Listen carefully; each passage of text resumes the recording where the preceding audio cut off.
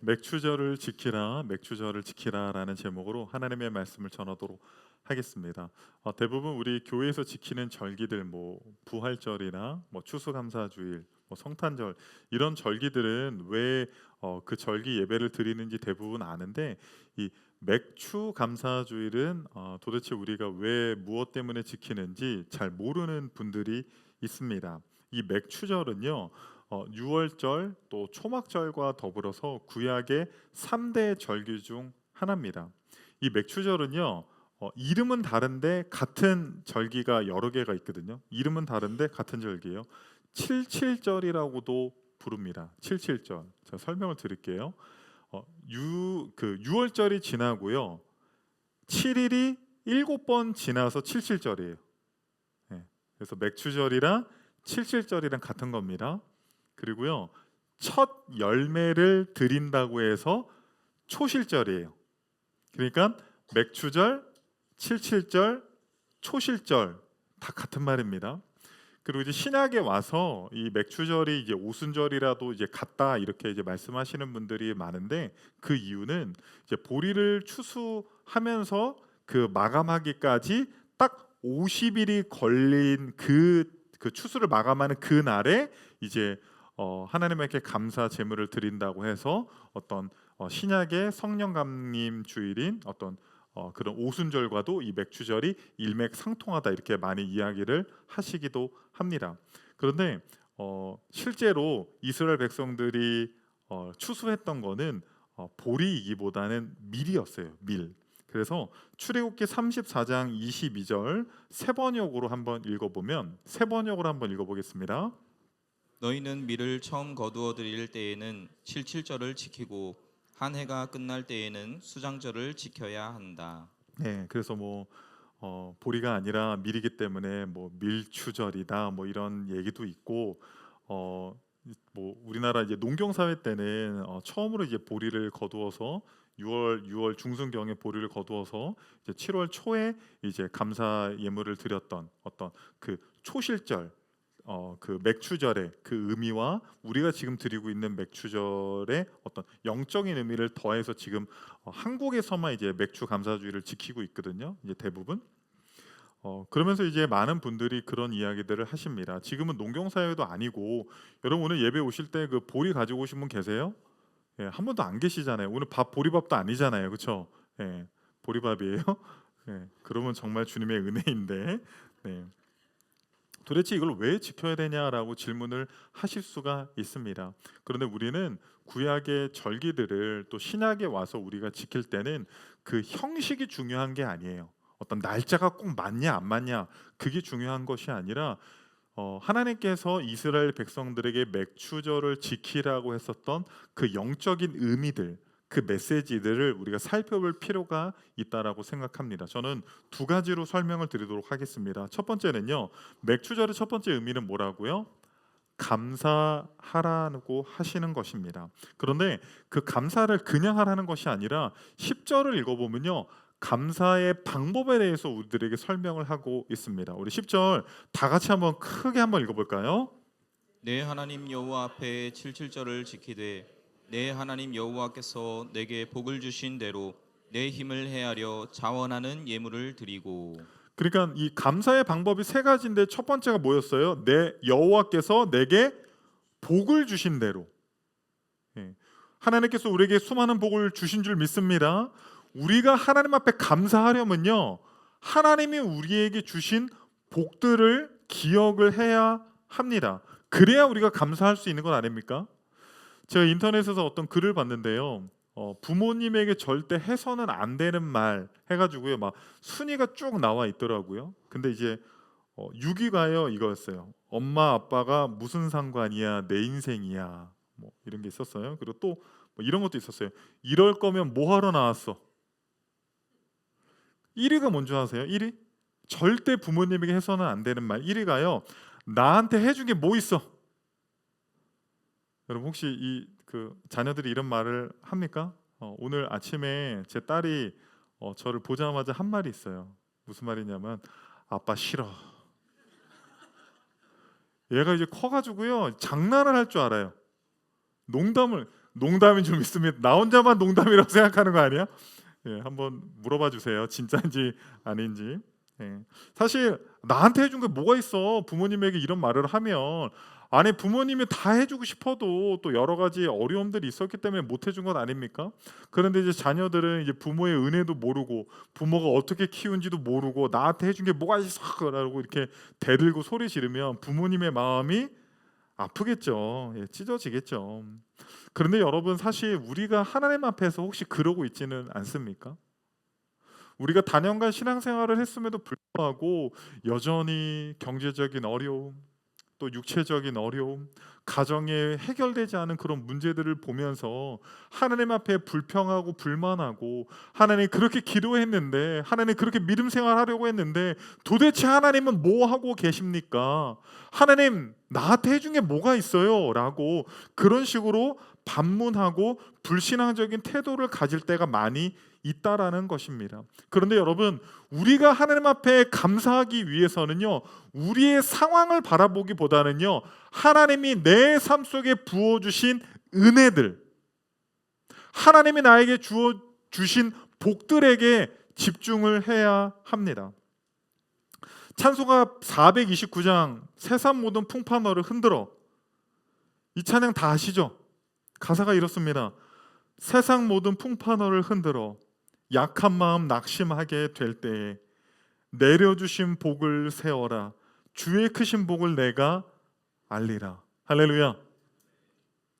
세상 모든 풍파가 있다라는 거예요. 우리를 낙심하게 하고 우리를 흔든다라는 거예요. 그런데 우리 후렴에 어떻게 되어 있습니까? 후렴. 받은 복을 세워 보아라. 제가 찬양을 잘했으면 이거 제가 했을 거거든요. 근데 제가 할랑말랑 막 고민했어요. 근데 어떤 목사님이 설교 시간에 이걸 하는데 이렇게 하시더라고요. 세상 모든 풍파 너를 제가 그거 보고 안 하기로 결단을 했는데 내가 했네 방금. 참네 이게. 예. 받은 복을 세어 보아라.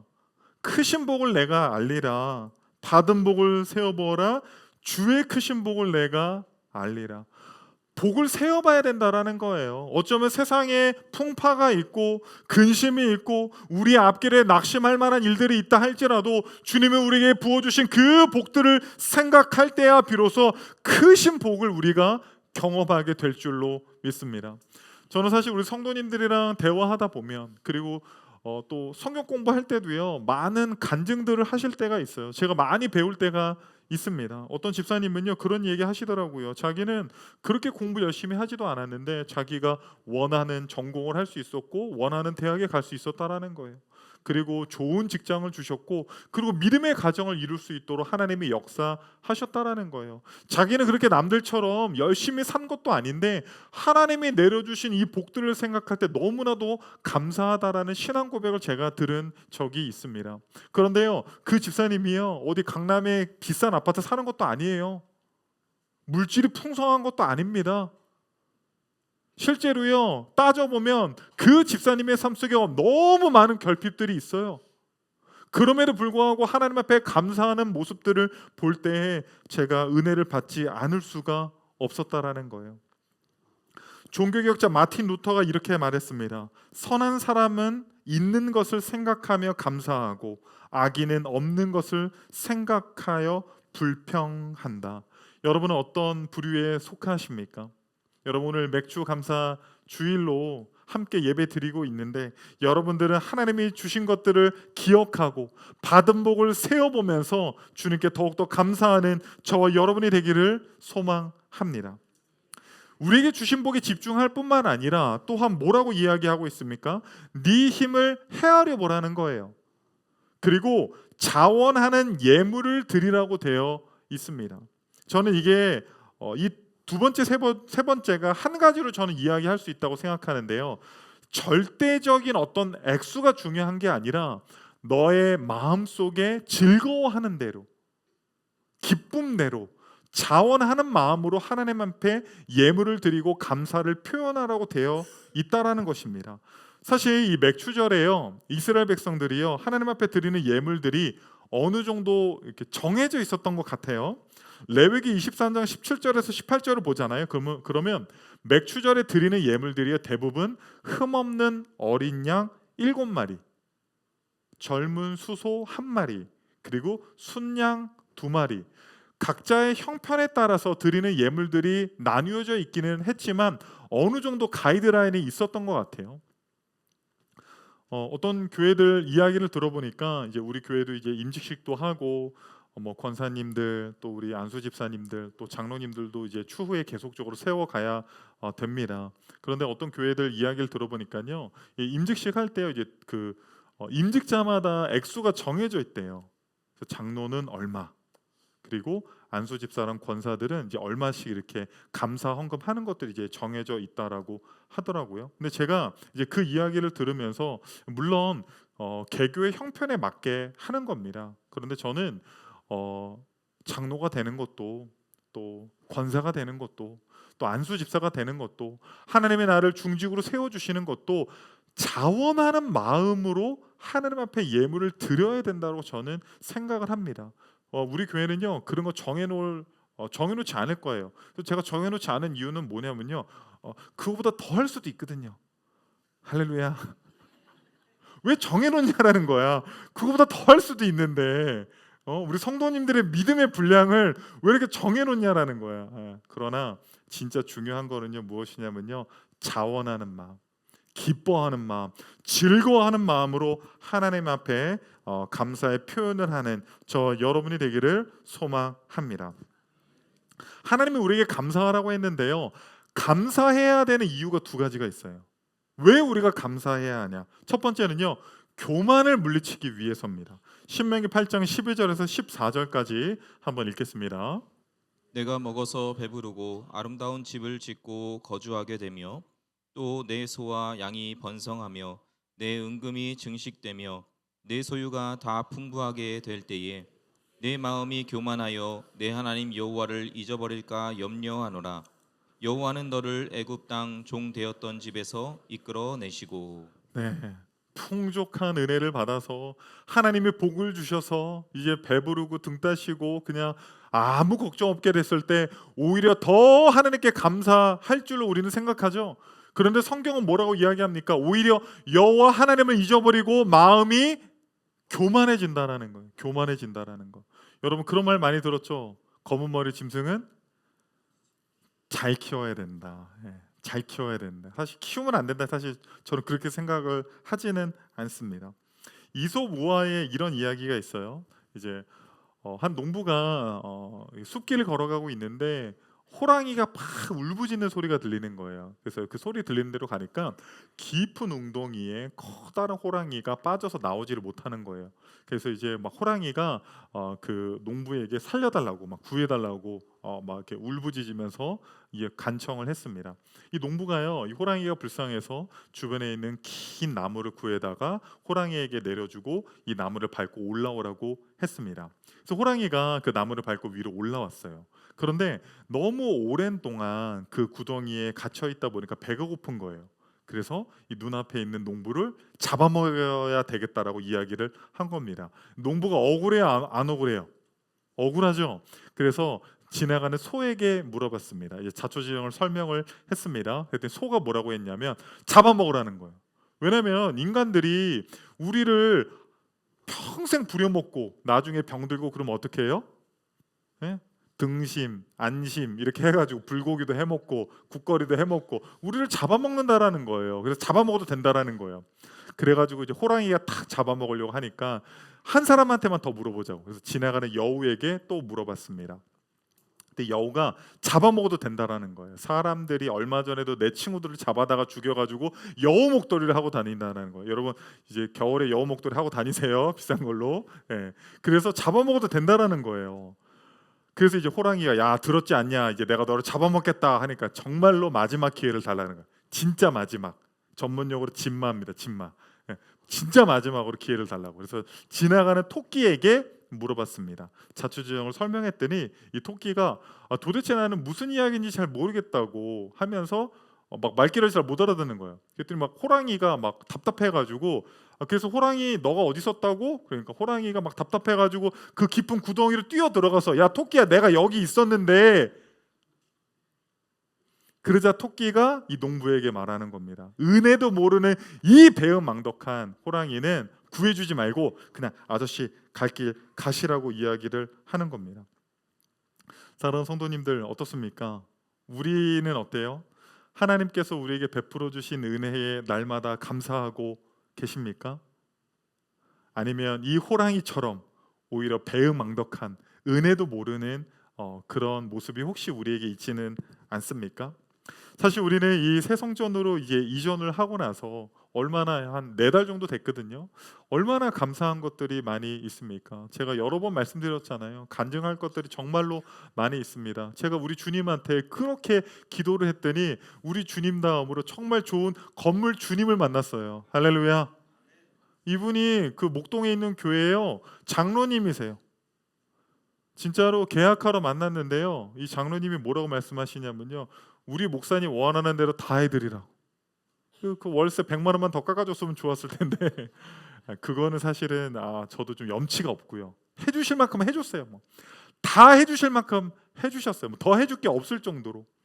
그러면서 이제 기도를 하면서 이제 김 목사님이랑 같이 기도했던 것 중에 하나는 무엇이냐면 우리 교회 주차장이 협소하니까 이 옆에 있는 이제 병무청의 이제 주차장을 사용해야 되는데 내가 나사렛 예수 그리스도의 이름과 함께 더불어서 우리 병무청장님께 찾아가서 우리 교회에서 주일날 좀 쓸 수 있게 양해를 구해야 되겠다라고 했는데 그냥 오픈이 됐어요.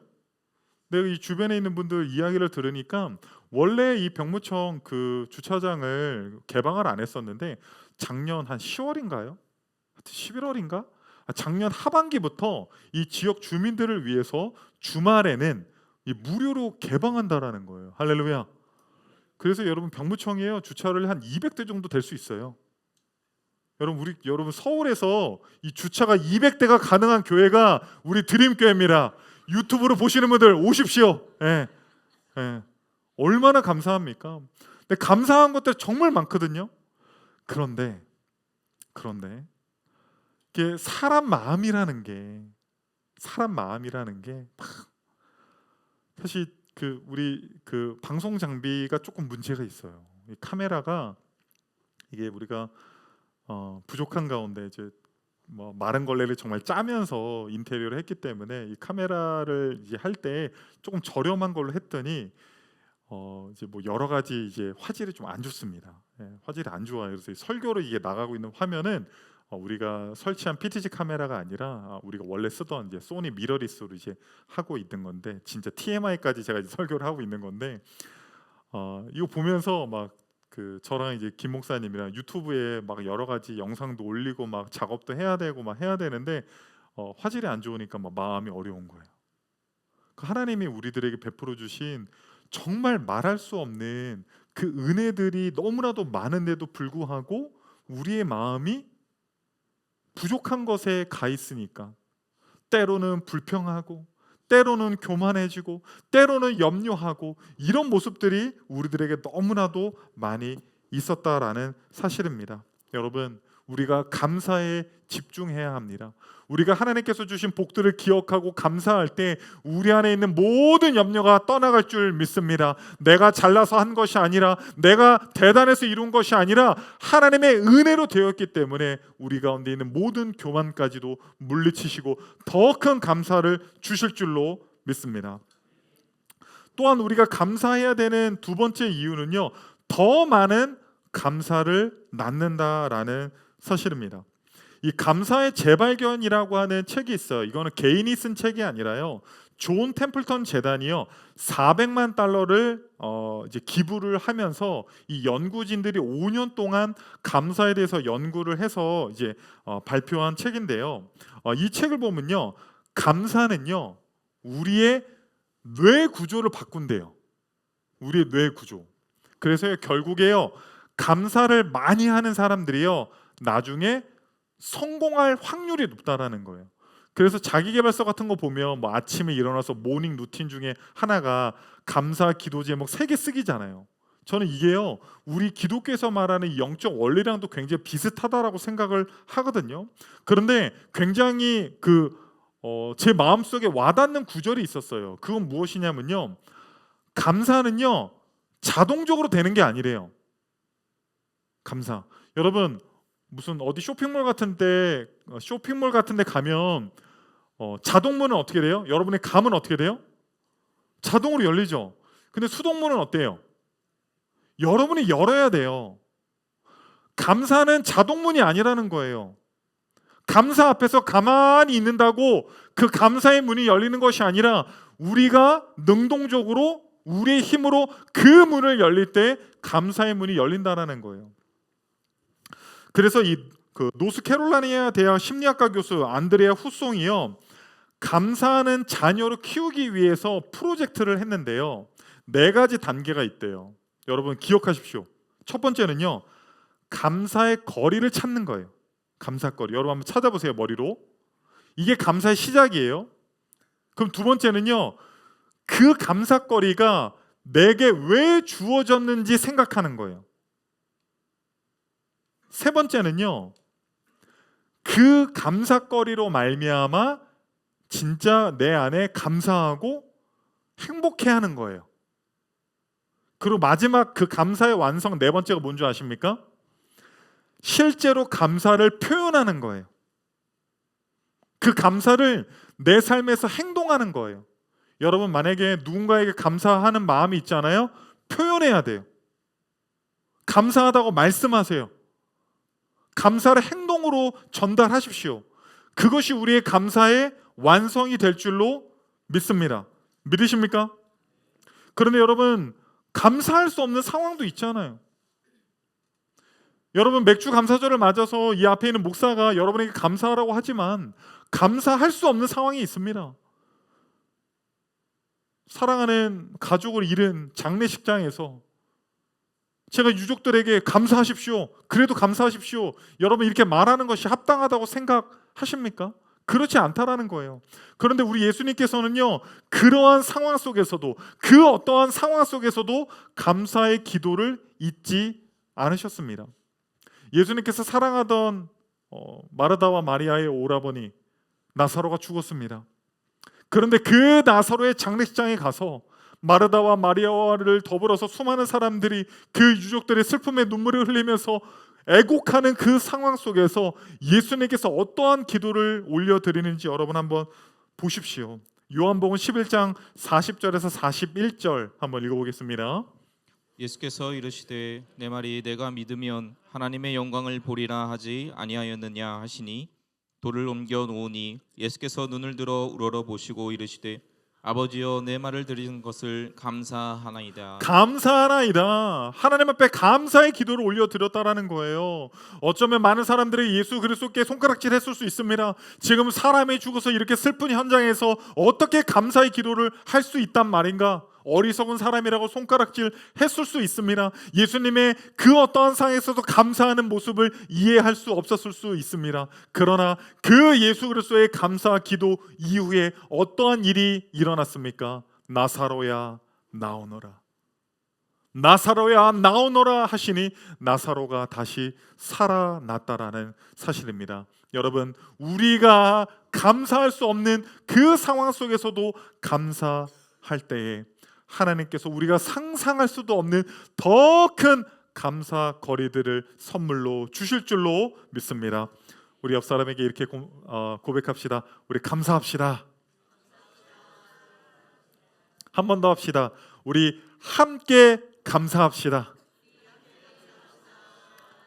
여러분 두 번째 고백했었던 그 고백이요, 맥추절의 두 번째 의미입니다. 함께 기뻐하라입니다. 우리 신명기 16장 11절에서 12절입니다.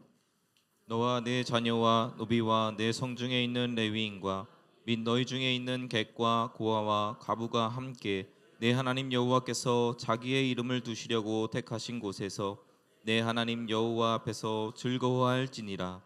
너는 애굽에서 종되었던 것을 기억하고 이 규례를 지켜 행할지니라. 예, 맥추절을 감사하고 맥추절을 즐기고 기뻐하는데 네 혼자 너의 가정에 있는 사람들과 가족들만 하지 말고 내 부류의 사람들을 지적을 합니다. 첫 번째는 레위인. 레위인은 어떤 사람입니까?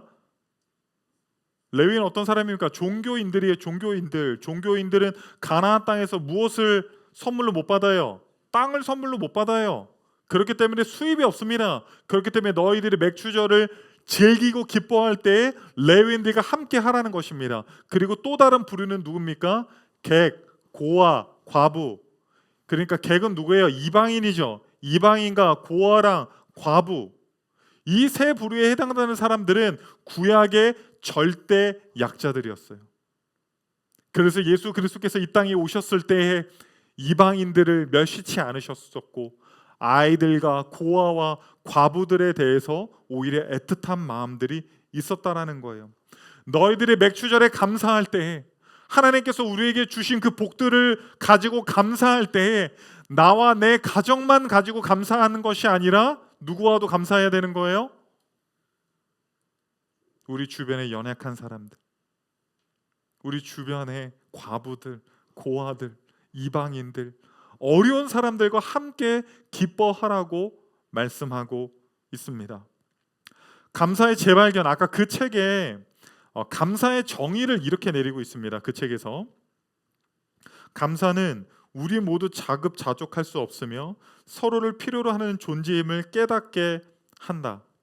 감사는 각자 도생하려는 사람들의 유대를 강화하고 우리 모두 주변에 빚진 존재임을 일깨워 오히려 불공정함을 해소한다. 감사의 속뜻은 겸손이다. 타인의 기여 없이는 오늘의 성취도 나도 없다. 제가 약간 목사여서 그런지요, 뭘 보면 성경만 좀만 가깝잖아요. 그럼 다 막 설교처럼 들리고 전부 다 막 주님의 말씀처럼 들리는 거예요. 감사는 뭐래요?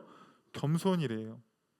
우리가 오늘 복 받은 것, 우리가 감사할 수 있는 것은 내가 잘나서 내 능력으로 얻은 것이 아니라 누군가의 도움, 하나님의 도움으로 내가 복을 받을 수 있었기 때문에 주변에 있는 사람들과 함께 감사하라고 하는 것입니다. 이제 교회가 이전하고 또 뭐 인테리어도 하고 하면서 이제 물질적으로 사실 많이 어려웠습니다. 그런데 정말 하나님께서 부어주신 은혜들이 있었어요. 사실 교회는 이제 주일이 지나야 이제 헌금도 들어오고 재정이 들어와서 이제 그걸로 이제 인테리어 비용도 하고 뭐 여러 가지 이제 물품도 살 수 있는 것 아닙니까? 그런데 막 재정이 없어요. 그런데 이번 주에 막 돈이 나가야 되는데 막 어떤 성도님들에게 전화 와서 또 이제 헌금이 들어오고, 그리고 심지어 저를 알지도 못하는 분이 또 우리 드림교회에서 한 번도 예배 드려본 적 없는 분들이 막 헌금들을 보내서 또 그것들로 말미암아 우리가 은혜를 입고 복을 누렸습니다.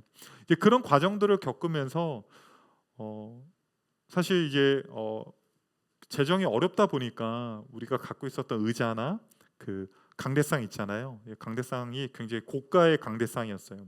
이제 그런 것들을 좀 제값 받고 팔고 싶었어요. 제값을 팔고 좀 팔고 싶었어요. 받고 팔고 싶었어요.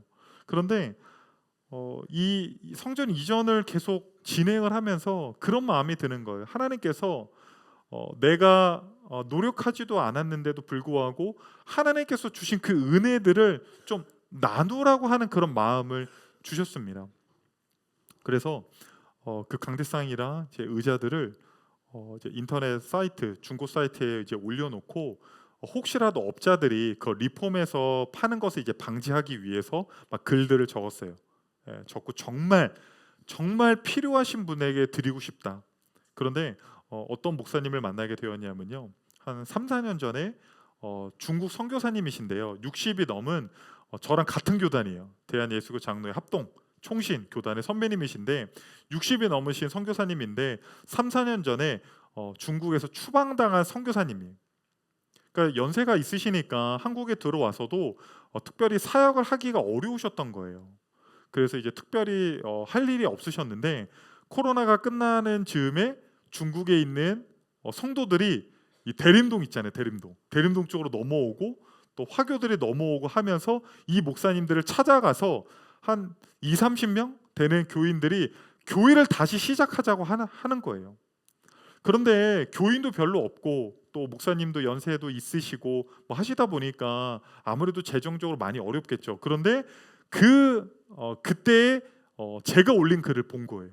그래서 우리가 갖고 있었던 이 강대상이랑 이제 의자들을 그 중국인 교회에 이렇게 드릴 수 있었습니다. 제가 얼마나 감사했는지 몰라요. 그러면서 그 목사님께, 그 선교사님께서 막 저희한테 오셔서 더 감사하다고. 그러니까 우리에게 주신 그 은혜들을 우리만 받고 누리는 것이 아니라 좀 다른 사람들에게도, 더 어려운 분들에게도, 우리도 그렇게 풍족하지는 않았지만 그 어려운 상황에서도 그분들에게 나누길 원했고, 정말 필요한 그 선교사님 교회에 드릴 수 있어서 저는 너무나도 큰 은혜였다라고 생각합니다. 여러분, 우리에게 주신 복들을 어쩌면 우리가 잘 알지도 못하는 이방인들과 고아들과 과부들과 우리 주변의 약자들과 왜 나눠야 합니까? 우리 신명기 16장 12절 말씀 한번 읽어보도록 하겠습니다.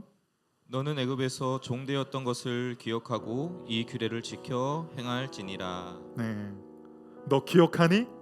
하나님이 말씀하시는 거예요. 너 기억해? 너 지금 등 따시고 배부르고 너 뭔가 좀 되는 것 같지? 너 기억해야 돼. 내가 너에게 주는 그 적과꾸리는 가나안 땅에 들어가서 풍족한 열매들과 풍족히 수확들을 거둘 때 네 마음이 교만해져서 잊어버리면 안 돼. 뭘 잊어버리면 안 되냐면 네가 애굽의 종 되었을 때 바로의 압제 가운데 하나님 앞에 눈물로 기도하며 살려달라고 그렇게 애통해야 할 때 내가 모세를 통하여서 그 강권적인 역사로 애굽을 10가지 재앙으로 초토화시키고 홍해를 갈라서 너희들을 인도할 뿐만 아니라 만나와 메추라기로 먹이며 너희들을 입히며 인도한 그 여호와 하나님의 은혜를 기억하라고 하시는 것입니다. 네 힘으로 한 거 아니야. 네 능력으로 한 거 아니야. 네가 머리 좋아서, 네가 건강해서, 네가 열심히 노력해서 이룬 것이 아니라는 거야. 여러분, 우리도 마찬가지예요. 우리는 죄의 종로를 타지 않았습니까? 우리가 어떻게 이렇게 맥주 감사절을 이 주일날 주님 앞에 나와서 그 거룩하신 하나님 앞에 감사의 예물을 드리고 감사의 찬양을 하고 이 예배를 드릴 수 있는 것이 얼마나 큰 복입니까? 우리는 주님을 알지 못해서 죄의 종로로 타고 이 세상의 쾌락에 찌들어서 죽을 수밖에 없는 우리들을 위해서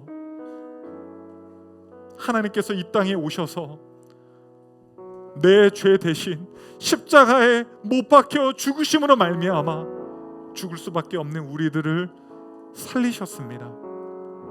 우리를 구원해 주셨습니다. 우리가 여전히 이 세상의 결핍들, 여러분, 결핍이 없는 사람이 어디 있습니까? 모두가 연약함이 있죠. 해결되지 않는 문제들이 있죠. 그러나 하나님께서는 우리들에게 말씀하십니다. 받은 복을 세어보아라. 크신 복을 내가 알리라. 여러분, 오늘 맥주 감사절을 통하여서 우리 오늘 말씀을 통해서 두 가지를 늘 기억하길 원합니다. 우리에게 주신 복들을 감사하기를 원합니다. 그리고 그 감사를 혼자 하는 것이 아니라 우리 주변에 연약한 지체들이 있습니까? 우리 그 지체들과 함께 나누며 감사하며 기뻐하는 저와 여러분이 되기를 소망합니다.